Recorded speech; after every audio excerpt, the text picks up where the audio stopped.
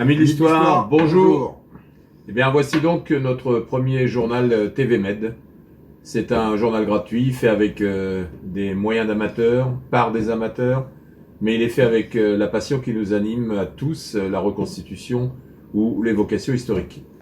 Tout d'abord, quelques mots à propos du nom que nous avons choisi, TV Med. TV Med, ce n'est pas de nous. TV Med a été inventé par une équipe de joyeux dingues qui fait partie de la troupe des Santerres de Régordane. Cette équipe, elle était dirigée par Christophe. Christophe, tout le monde le connaissait, en tout cas beaucoup d'entre nous le connaissaient. Il nous a laissé ce beau cadeau, ce concept de TV Med, dont nous avons retrouvé quelques images qui datent, je crois, de 2018 et que nous vous présentons maintenant. Vous avez l'air très sérieuse. Vous avez l'air de la chanson.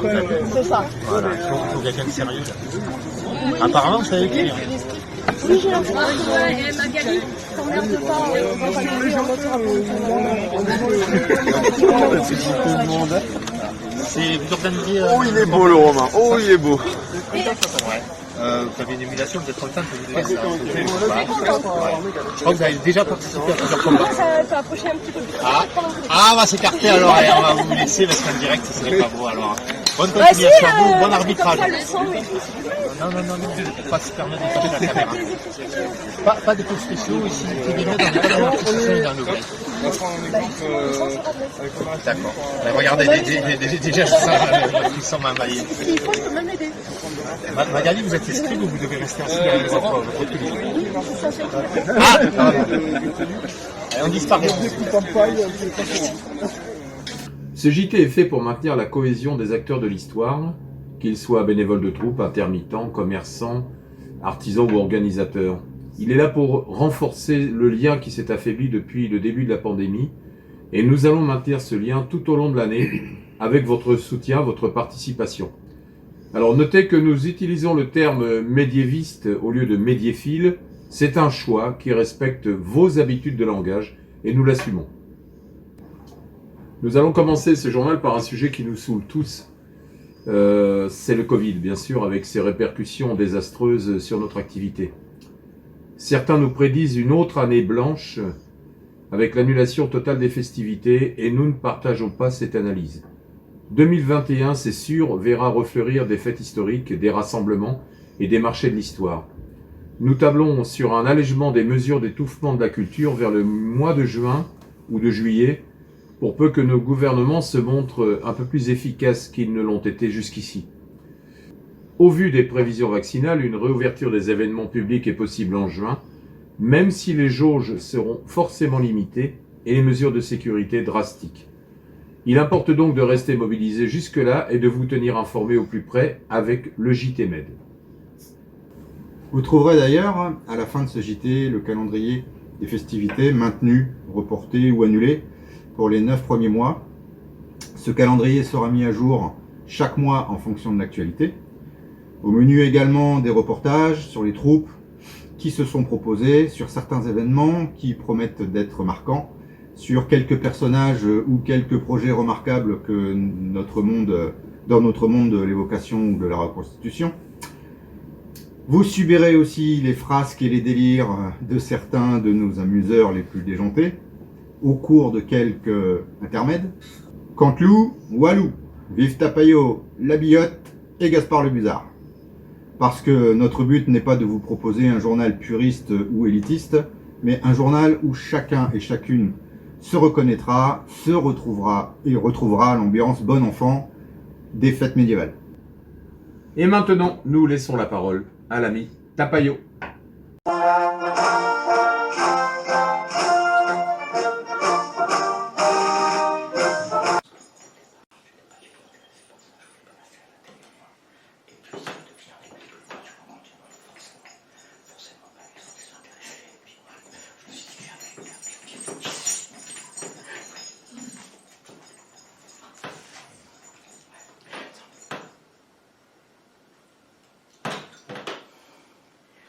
Mesdames, messeigneurs, damoiselles, damoiseaux, chevaliers, manants, gueux et gueux, bien le bonjour.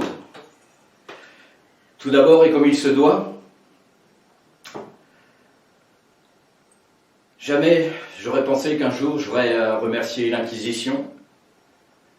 Mais bon, c'est avec un réel plaisir par contre, grand inquis, merci, Fifi, merci de cette occasion qui nous est donnée de passer à la télé. Les temps changent, merci à vous de cette occasion. Il en fallait. Alors je sais qu'il y a d'autres projets, et tant mieux, pour le médiéval. Et donc voilà, là maintenant ça va être la partie sérieuse, puisqu'il est question de se présenter. Alors je vous présente Caboche, ma marotte, et Tapayo, un fou du roi. Et moi comme beaucoup, je viens du théâtre, de l'improvisation, du clown, et c'est la rencontre d'une troupe de médiévistes, une troupe de reconstitution, les Félidocs, qui les premiers m'ont accroché le grelot à la ceinture. Et depuis, j'ai un pied, voire les deux pieds dans l'histoire. Et donc, mon petit projet personnel, c'est toujours, à travers le Fou du Roi, comme porte d'entrée le fol, d'apprendre l'histoire. D'apprendre à apprendre l'histoire. Alors, mon petit groupe à moi, ça s'appelle Escolafolis. C'est une entrée dans l'histoire comme une autre, et passionnant. Alors, je ne suis pas arrivé au bout, mais déjà, c'est fou. Ah bah oui, pardon. Voilà, donc en attendant de vous croiser sérieusement,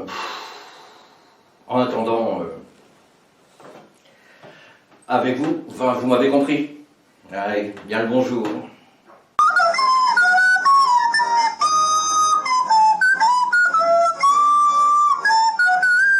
Dès le prochain numéro, nous vous proposerons des reportages ou des interviews d'artisans ou de commerçants, ceux qui contribuent au succès et à la vie de nos événements, qu'ils soient de purs médiévistes ou pas.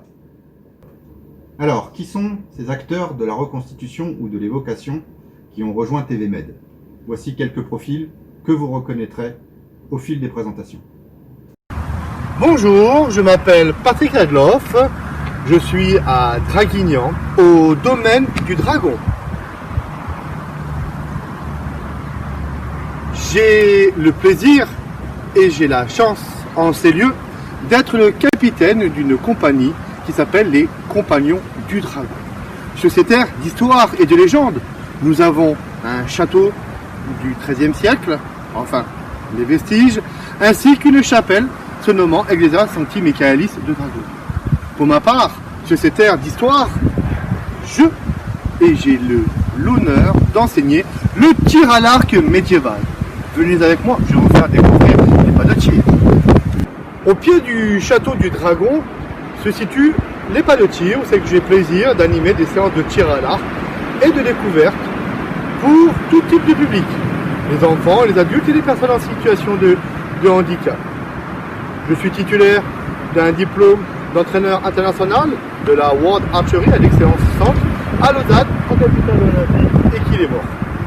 Et que je devais me tirer dessus et il est déjà mort. Voilà. Plusieurs cordes à mon arc. Elle était facile celle-là. En effet, je suis le conservateur principal de la Société d'études scientifiques et archéologiques de Draguignan et du Var. Qu'est-ce que c'est que ça? N'ayez pas peur, c'est juste une société savante qui a été fondée en 1855 et qui reprend plein d'études sur plein de périodes, et même le Moyen-Âge, cette période qui nous fascine, mais aussi l'astronomie, la chimie, la médecine, l'architecture qui me passionne, et beaucoup d'autres ouvrages. À très bientôt. Amis médiévistes, bonjour, je suis Bertrand Duché, président et capitaine de l'association L'Ost du Phénix, et je suis ici sous l'impulsion de nos amis bien connus Patrick et Fifi pour vous faire une brève présentation de notre association. La troupe de l'Ost du Phénix a été créée en 2007 par mes parents, Fabienne et Jean-Pierre Duché, et a pour but de reconstituer une troupe d'hommes d'armes sous le règne de Charles VI, donc sur la période de 1380 à 1422. Nous avons une démarche historique pour ce qui est de nos costumes, armes, armures, accessoires et mobilier. Nous nous appuyons notamment sur les travaux du docteur Nicolas Savy, historien spécialisé dans la guerre de 100 ans. Dit comme ça fait sérieux, ça fait pro, mais il faut pas se leurrer, chez nous on rote, on pète, on boit du vin, de la bière, on vomit parfois, et les filles ne sont pas en reste puisqu'elles font tout ça très bien. En résumé, la compagnie de l'Os du Phénix reconstitue avec humour une troupe d'hommes d'armes et son campement, Et si jamais notre démarche vous intéresse, ou alors si vous aimez seulement boire de la bière et manger du saucisson, vous pouvez nous retrouver sur notre page Facebook, L'Os du Phénix. Merci à tous. Et bonjour à tous, moi c'est Hugues. Donc à la demande de Philippe, je vais couvrir la reconstitution celtique pour TV Med. Donc moi je suis à 7, où il fait très beau, comme vous pouvez voir, ça c'est au cas où pour la météo. Sinon, je vais vous amener sur des rassemblements antiques auxquels je participe. Nous irons à la découverte des troupes, de leurs présidents, leurs membres, leurs ateliers, leurs spécificités, leurs époques. Nous irons également à la rencontre d'artisans, bronziers, forgerons, verriers, tisserands, maroquiniers. Et nous irons également à la rencontre d'artistes, musiciens et autres professionnels du spectacle qui peuvent se produire dans ce genre d'événements. Voilà. Donc je vous souhaite à tous une merveilleuse année, un maximum de prestats et à bientôt. Bonjour tout le monde, je suis Béné et après 9 ans d'absence, je suis vraiment heureuse et ravie d'être votre correspondante pour TV Med pour la Bourgogne. Je vais vous emmener au cœur des fêtes de la région, à la rencontre des troupes, des animations, les artisans, les commerçants, les organisateurs, mais aussi je vais vous faire découvrir ma Bourgogne médiévale et historique à travers les hauts lieux et les petites histoires. J'ai vraiment hâte de vous emmener avec moi. Donc maintenant, partagez, likez, commentez avec tous les médiévistes ou non et assurons aussi la pérennité de ce très très beau projet. À tout bientôt! Amis médiévistes, bonjour. Bonjour. Je suis Renaud Belgrano. Et moi, c'est Steph Tira. Et voici Ozzy, notre jeune combattant. Nous sommes les fondateurs de la compagnie Les Mains d'Or et de Fer. Nous sommes basés sur Marseille. Nous avons des artisans et des combattants du XIVe siècle. Sur notre camp, nous vous présenterons des ateliers divers comme l'équipement du chevalier en armes, le bigre et ses abeilles, la myrrhe et ses potions, le travail du bois fait par notre maître menuisier et son apprenti. Nous avons aussi l'atelier du galon, les jeux et bien d'autres choses encore. Nous couvrons les Bouches-du-Rhône pour le Journal du Med. Oui, nous souhaitons vous faire partager des portraits et des interviews des médiévistes du Grand Sud. Des artisans. Et puis des combattants. Des compagnies. Mais aussi des musiciens. Attention. Vikings. Médiévistes. Reconstituteurs. Évocateurs. Nous allons venir et vous rencontrer. De Marseille à Avignon. Nous voyagerons à travers l'Antiquité. Le Moyen-Âge. Et la Renaissance. Nous serons chez vous. Et vous serez chez nous. Les amis, tenez-vous prêts. Nous arrivons. Adésias. Adésias. Vous le remarquez, notre implantation dans la région avignonnaise fait que la plupart de ces médiévistes sont issus de la moitié sud de la France. Mais ce n'est que le début de l'aventure. Et nous restons ouverts à toute proposition de collaboration, toute proposition de reportage, toute annonce venant de nos amis du Nord, de l'Est, de l'Ouest ou du Centre. Vous qui êtes du Sud, n'hésitez pas à nous rejoindre ou à nous proposer vos sujets ou vos reportages, vous êtes toujours les bienvenus bien sûr. Alors maintenant nous allons vous proposer un petit intermezzo avec l'ami Gaspard Le Buzard et son fiston, le bien nommé Belette. Le ciel est bleu, les oiseaux chantent. Un monde de poésie. Et on leur pèlera le jonc comme au bailli du Limousin, qu'on a fendu un beau matin, qu'on a pendu avec ses tripes. Ouais. Ah non, approchons-nous de ces guerriers. Bien le bonjour, messeigneurs. Voilà, la gueuse. Que veux-tu? Oui, que veux-tu? Sais-tu à qui tu t'adresses? Gaspard Le Buzard et Belette, deux des plus fameux truands écorcheurs routiers de la région. Vois-tu, gamine, nous festoyons à l'idée de cette belle saison qui va bien finir par démarrer. Oui, par démarrer. Oui. Et êtes-vous prêts? Si on est prêts. Pauvre jouvencelle, au simple cri de guerre, tous nos hommes se rallient. Pas vrai, Belette? Pas vrai, Belette? Oui, il se rallie. Voyons. Y'a le truand d'ail qui maille. Ouais. Qui maille. Ouais. Et arrête la maille, moi. Mais non, qui taille, pas qui maille. On sait bien qu'il y a que la maille qui taille, Belette. Y a que la maille qui maille. Mais Mais oui. ma maille est sur ma taille, moi. Mais belette, en fait, on s'entaille que ta maille taille. À la bataille, au milieu de la piétaille, les deux se maillent avec de l'ail. Bah, laisse tomber. Et vous vous êtes fait beau. Si on s'est fait Ça, beau. c'est sûr. Bien Très sûr, beau, on s'est fait beau. Et moi aussi. Ah oui, quand même. Ouais, mais ça reste moi le plus beau. Non, c'est moi le plus beau. Non, c'est moi. Non, c'est moi, espèce de puceau. Sautard. Face de pédnone. Porce-molle. Fils de bordelière. Anus de bique. Fiente de poule. Tronche de courge. Crétin des Flandres. Orchidoclaste. Orchidoclaste. Non, ce n'est pas le nom d'une fleur. Orchis vient du grec testicule et clastos, brité. C'est donc notre fameux casse-couille contemporain. Bon, revenons au ciel bleu. Bonne journée, à bientôt. Après notre ami Gaspard, eh ben on continue avec une équipe que beaucoup d'entre vous connaissent. Il s'appelle les Griffons d'Or. C'est une troupe de fauconniers basée près d'Alès. Rien que du beau plumage, et je ne parle pas que des volatiles. Salut à tous, vous vous souvenez de nous? Isa, Aura, Jamy. et il nous manque notre célèbre Salvatore, l'équipe de la Fauconnerie Gryffondor. On vous accueille ici directement à la Fauconnerie aujourd'hui, et oui, non pas en médiéval, mais vous allez du coup en voir beaucoup d'autres, puisque vous avez vu une dizaine de nos rapaces. On en a en réalité une soixantaine. Vous les connaissez déjà, ceux qu'on a là, Blanco, Dakota et Paquita. On est parti pour voir tout le monde. Allez, on commence du coup dans un premier temps avec un couple qu'on affectionne beaucoup, ce sont les aigles bleus du Chili, comme son nom l'indique, ils viennent du Chili. Ici, je vous présente le mâle, la femelle est un peu plus loin. Comme tous les couples, bien chez nous, ils sont laissés totalement tranquilles durant toute l'année pour avoir la meilleure reproduction possible. On passe au suivant avec justement un couple de faucons. Ce sont des faucons sacres. Alors le faucon sacre, c'est un faucon qui est vraiment apprécié de tous les fauconniers. C'est un faucon qui donne tout à son fauconnier. Alors, on voit bien la différence entre le mâle et la femelle, à savoir que le mâle, c'est celui qui se tient à droite face à nous, qui est donc le tiercelé, un tiers plus petit que la forme, la femelle, qui est à gauche. On passe au suivant, c'est un couple d'autour des palombes. Alors l'autour des palombes, c'est un oiseau un petit peu particulier. On ne va pas l'utiliser en spectacle, c'est quelque chose qui ne va absolument pas apprécier. Par contre, il va être hyper efficace sur justement ce qu'on appelle la chasse au vol, c'est-à-dire l'art de chasser avec son oiseau. On passe maintenant à un autre type de faucon, c'est le faucon pèlerin. Le faucon pèlerin, c'est l'oiseau le plus rapide en piqué. Il atteint une vitesse de 380 km/h et afin de ne pas imploser durant la descente, il a ce qu'on appelle dans les narines des frelons, donc des petits clapets qui vont se refermer.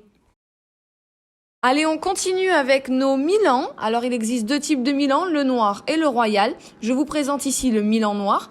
Les deux espèces sont endémiques de France. Vous les reconnaîtrez facilement dans le ciel puisque ce sont eux qui ont la queue en V. Trouvez cette petite perle magnifique. Et oui, eh bien écoutez, on va vous mettre juste après en photo le développement justement d'une chouette effraie de l'œuf jusqu'à maintenant. Alors la reproduction, comment ça se passe? Eh bien très simple, les couples pondent, nous récupérons tous les œufs, on les met en incubateur, en couveuse.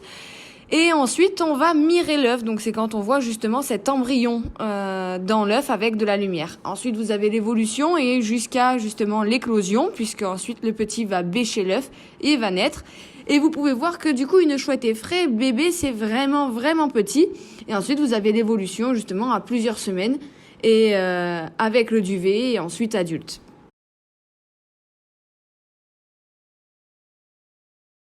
On espère que toutes ces petites images vous auront plu.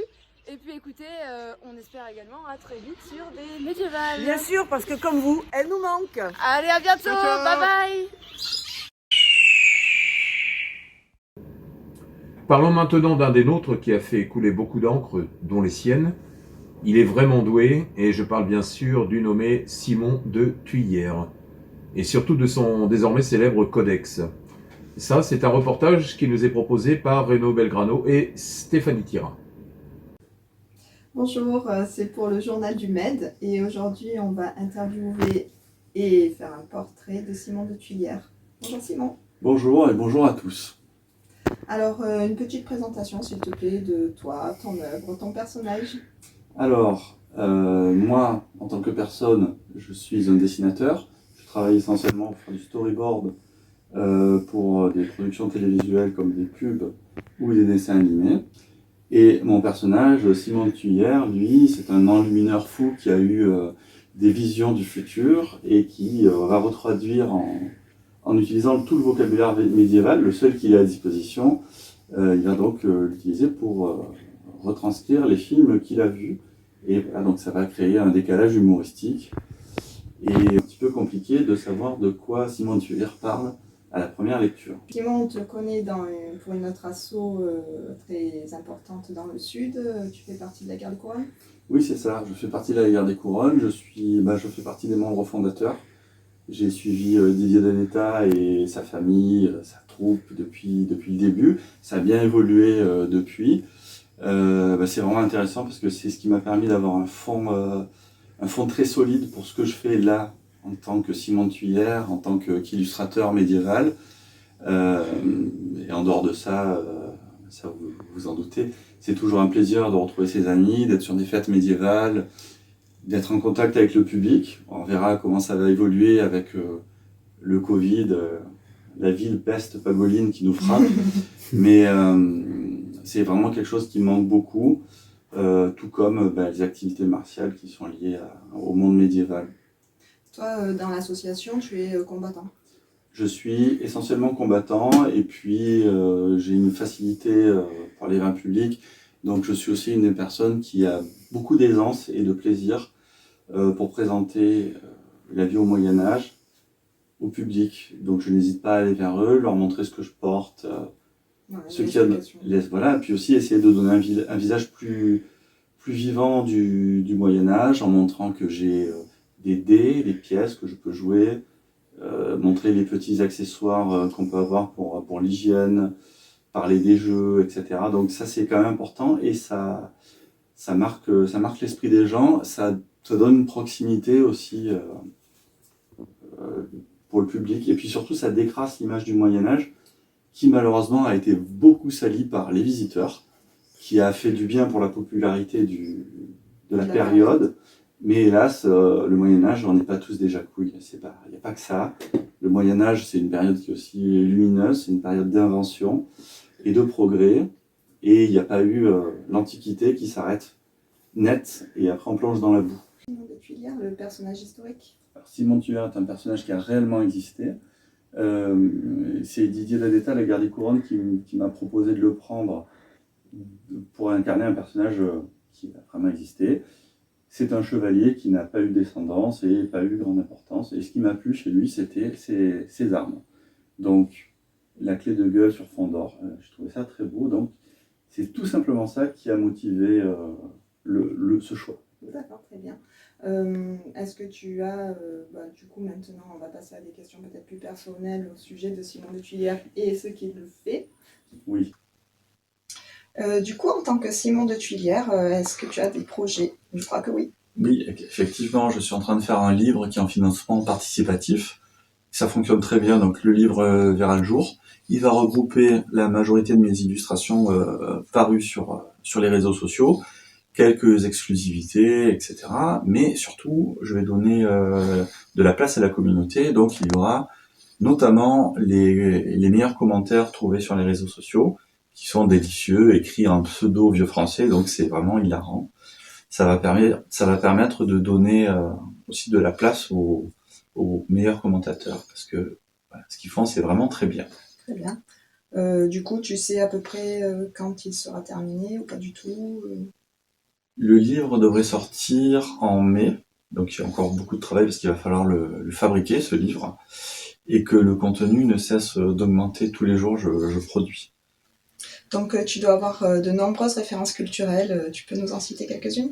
Alors je vais pas les citer avec précision parce que de toute façon j'en déborde et ça se voit dans mon travail, ça va à foison, j'aime beaucoup les films, j'ai commencé par ça, les films des années 80 qui m'ont bercé. J'ai beaucoup de références BD mais que je n'exploite pas avec Simon de Tuyère parce que c'est quand même un domaine qui est un peu pointu. Et puis après j'ai aussi beaucoup travaillé sur les séries, c'est quelque chose qu'on voit pas trop sur ma production mais qui sera peut-être un tout petit peu plus présente dans le livre. Mais dans l'absolu, moi je suis un dévoreur de bande dessinée, j'ai grandi avec ça, j'ai grandi avec Gottlieb, avec Franquin, enfin là c'est une certaine époque de la bande dessinée, Et ce sont des lectures qui m'ont beaucoup nourri et beaucoup structuré en tant que dessinateur. D'accord, très bien. Du coup, on revient un peu sur le médiéval. Est-ce que tu pourrais nous citer un événement, une fête médiévale qui t'a plu, ou alors complètement folle, un souvenir qui te tient à cœur? Les très bons souvenirs de fêtes médiévales que j'ai sont en général les fêtes où je vais pour la première fois, et il y a une sensation de découverte et de fraîcheur. C'est vraiment c'est magique. Donc ce sera pas un événement en particulier, mais c'est plutôt cette fraîcheur et ce plaisir de découvrir un nouveau lieu, des nouvelles personnes. Ça compte beaucoup. Voilà. C'est vrai que ça fait toujours du bien et ça fait toujours plaisir. Du coup, un petit mot pour la fin et ensuite... Alors, un petit mot pour la fin, rien de particulier à vous dire. Simon Tuyère n'est pas fini, on va continuer encore. Et maintenant, si vous le voulez bien, je vous propose de regarder un petit peu comment je travaille. Je fais essentiellement du travail sur support numérique. Et après, je vous montrerai comment je sors ça aussi du monde numérique pour en faire des œuvres exposables. Allez, en avant. Merci.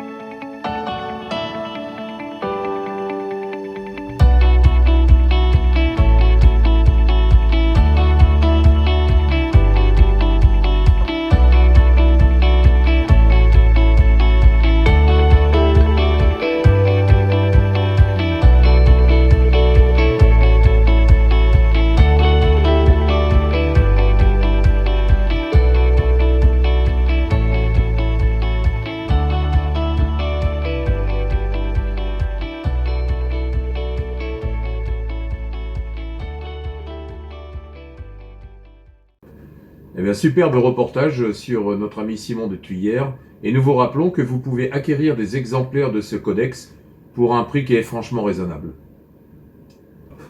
Parlons maintenant finances. Vous savez que ce JT est entièrement gratuit. Nous avons donc décidé de le financer avec des pages de réclame, dont voici les 2 premières.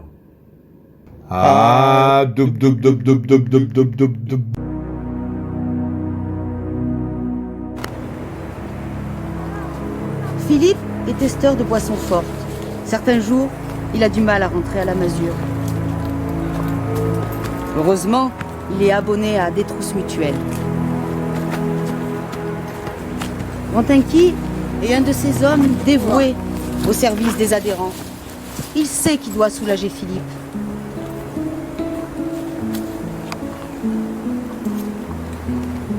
Des trousses mutuelles au service de tous. Rantinqui, assurément fumé.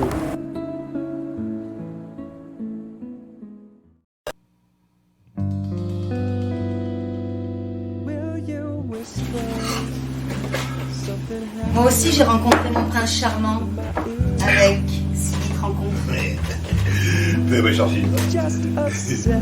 6 litres rencontres pour celles pour qui le physique n'est pas tout. 6 litres rencontres pour ceux pour qui l'intelligence est une option.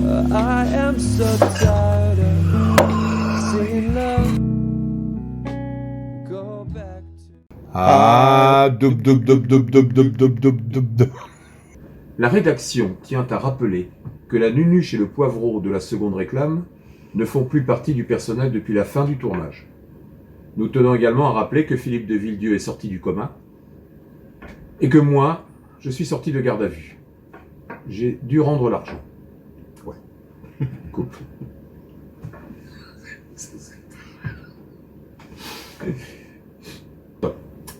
Et maintenant, un reportage sur une fête médiévale en préparation, une nouvelle fête d'ailleurs, la fête médiévale de Morières-les-Avignon dans le Vaucluse. L'organisation sera gérée par la Grenouille, que vous connaissez tous, de la Guilde de la Grenouille. Eh bien bonjour à tous, nous voici ici dans un endroit extraordinaire.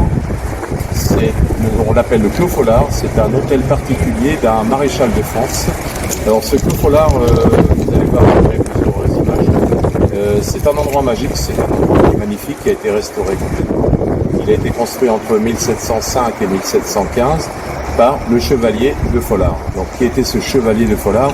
En réalité, c'était un aventurier, c'était pas ce vieux bonhomme à perruque que l'on voit sur tous ses portraits, c'était un véritable aventurier qui est allé combattre les Turcs, qui est allé combattre pour le roi de Suède, qui a participé à plusieurs batailles, qui a été gravement blessé, c'était également un stratège, et il a fait construire donc cet hôtel particulier pour y finir sa vie. C'est donc un hôtel typiquement début XVIIIe siècle, en parfait état, et c'est là que nous allons organiser une grande fête médiévale dont nous allons confier l'organisation à la Grenouille que vous connaissez tous. Donc, pour faire simple, c'est un espace, vous verrez, vous regarderez les photos qui suivront après la petite présentation. C'est un espace complètement clos, donc complètement sécurisé pour les médiévistes. Il y a assez de surface pour que, malgré le fait qu'il y ait peut-être encore une distanciation sociale ou des règles sanitaires particulières sur le déroulé de cette fête, on pourra les absorber tout en ayant, nous, un cadre qui est idyllique. On plantera sur de la terre. Il y a de l'espace vraiment avec de la verdure pour toutes les troupes. On ne voit pratiquement pas la civilisation, c'est-à-dire les bâtis qui sont autour. Et puis moi, j'ai un coup de cœur, mais je pense que tous mes frères d'armes auront le même. Il y a une fosse. C'est-à-dire qu'en fait, il y a un ancien bassin qui fait la dimension d'une grande lisse qui va permettre de pouvoir faire absolument tout ce qu'on veut comme type de combat dans un endroit complètement cadré et sécurisé, et avec un grillage autour qui permet pour le public d'être à distance sanitaire et de danger par rapport aux règles de sécurité. Donc pour moi, c'est un espace coup de cœur. C'est vraiment un endroit qui est parfaitement fait pour faire une fête médiévale d'envergure comme on espère la faire. Donc il faudra voir ensuite avec Grand Tinky sur les dates exactes et le nombre de troupes que l'on pourra prendre, parce que comme chaque fois les gars, il y aura toujours une problématique de budget. Mais enfin, on aura la chance d'avoir de la pierre et de la verdure autour de nous. Voilà. À bientôt. Alors en ce qui concerne la date, eh bien vous savez qu'avec les préconisations Covid, tout le secteur de la culture est complètement amputé de plusieurs mois au printemps et au début de l'été. On a donc le choix, si on peut parler de choix dans les circonstances actuelles, entre la fin juin ou le courant août. Donc vous savez que la grande fête médiévale de Morières ici sera ou bien au mois de juin ou bien au mois d'août. Voilà, nous vous disons à bientôt.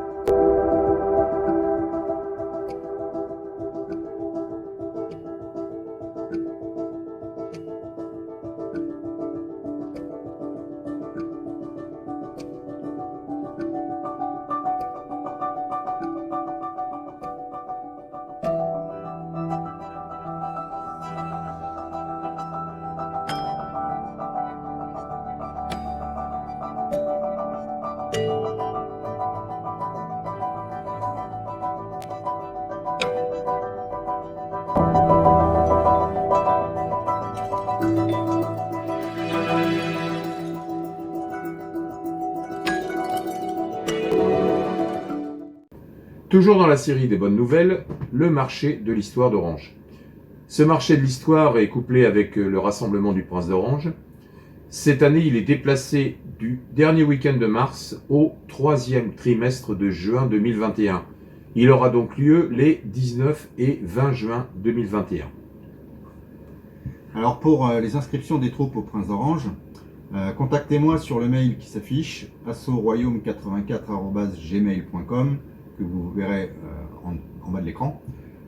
Pour ceux qui étaient inscrits sur l'édition 2020, confirmez-moi seulement votre présence. Je ressortirai vos dossiers, c'est pas la peine de renvoyer des nouveaux.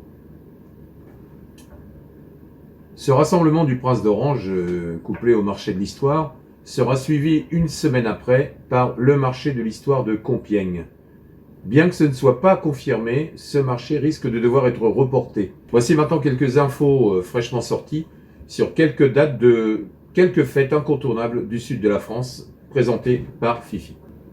Oui, donc voilà, la foire du Roi René à Pérols, prévue le 17 et 18 avril, sera très probablement reportée le 20 et 21 septembre. La fête médiévale des Pennes Mirabeau est maintenue le 15 et 16 mai, mais comme on le sait tous, ce sera sûrement reporté, et donc ils ont une autre date qui est le 4 et 5 septembre. Ensuite, malheureusement, la fête de Montrond-les-Bains, qui avait lieu tous les 2 ans en août, est malheureusement annulée cette année. Ainsi que la fête médiévale de Crussol, qui avait lieu en juin, malheureusement est annulée aussi.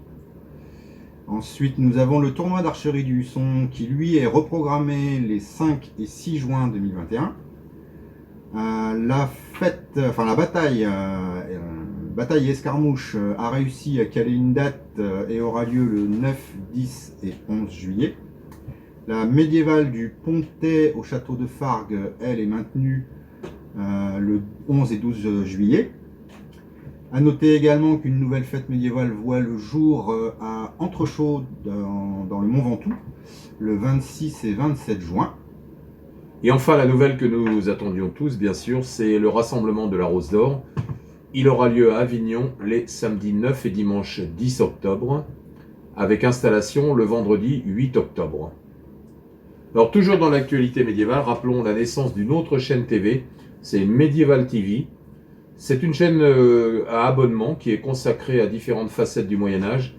Elle a été créée, elle est animée par de vrais spécialistes de la période et nous lui souhaitons bien sûr la bienvenue. Et nous terminerons ce JT avec le calendrier des festivités médiévales des 9 premiers mois de 2021. Vous noterez que quasiment tous les organisateurs ont annulé ou reporté les festivités prévues au premier trimestre et une grande partie de celles prévues au second trimestre. Vous trouverez dans le générique les principaux correspondants qui nous ont rejoints. Et si vous le souhaitez, vous pouvez les rejoindre. Alors n'hésitez pas et contactez-nous. Nous vous quittons donc sur ce calendrier et vous disons au mois prochain sur TVMed.